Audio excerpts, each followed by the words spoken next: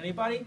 Now, I know if you're in my household when we grew up back then, it was like you all kind of had to gather around the TV, network television, but it was a big deal in those 10 days of the Olympics about sitting down and watching the Olympics, and that pride that we have as Americans and how well our teams could do and kind of perform. And of course, the Americans were always at the top, right, looking for those gold medals. And so in 1980, something really special happened in the Olympics, and this is when one of the U.S. Olympic gymnasts actually got a perfect 10. And it's the first time in history that a gymnast got a perfect 10, let alone an American. And so the guy's name was a gymnast by the name of Peter Vidmar. And if you kind of look him up and see what his strategy was to actually get the perfect 10, he says, if you as a layman go to the watch the Olympics and you watch these routines, you'd probably say to yourself, wow, they're all pretty darn good at this, right? And then the judges will score and they all come up, and it generally comes up around a 9.3, a 9.4. And if I'm looking at it, it's hard to decipher what's a 9.3, what's a 9.4, but they all seem to kind of end up in there. And so he says, how am I going to capture that additional 0.6 to get a perfect 10, right?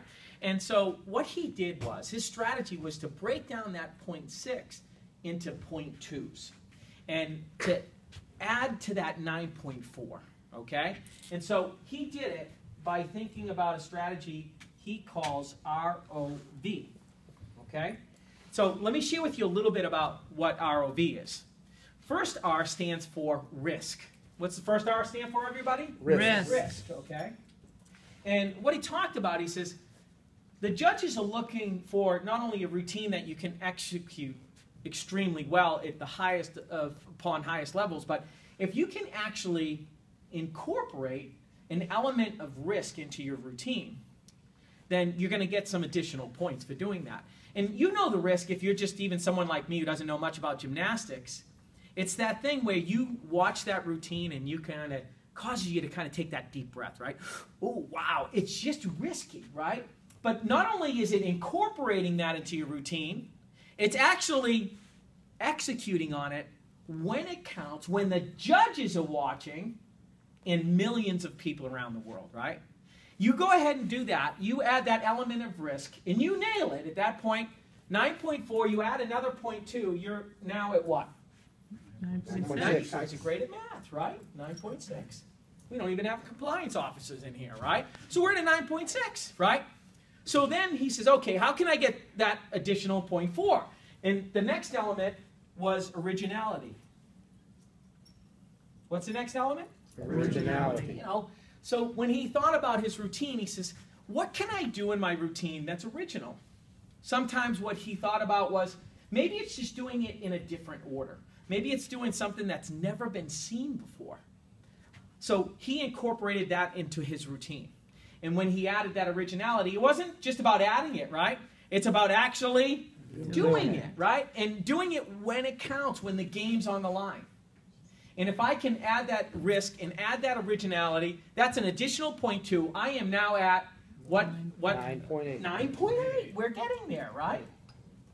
Now the last one, it's, if you think about music, right? A great musician takes words that are on a page, right? And we know great musicians, right? They are known as virtuosos, right? They play their music with virtuosity, right? It's taking that same sheet of music that my 6-year-old daughter can play. She's now playing Ode to Joy, right? It's so wonderful. I love to hear it.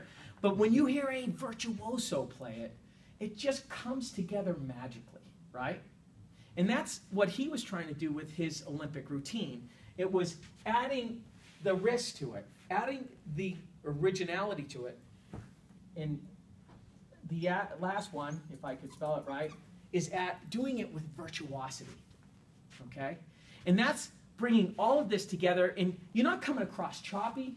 It's even when you and I watch his routine, you'll look at it, you'll see that element of risk. You're going to see that originality, and you can see that it's done with virtuosity. And it just comes together just like beautiful music. You do that, he gets an additional 0.2, and you're now at a what? 10. A 10.0. And you know what? he did do that. He executed when it counted, under the lights, with millions of people watching, and the judges scored him a perfect 10. Now, the reason I share that story with us is because you walked into this room, you are a AAA Olympian. The reason you are here is because you have made the team. If you didn't have the skills and the ability to do a great job, you wouldn't be here. But it's not about the 9.4, folks. We are looking for .2s in our routine. How can we show up when it counts, when we sit down with a member and truly connect with them? What's that .2 I can add? How can I add my personality each and every member, each and every time? So if we had judges watching, they would be showing a perfect 10.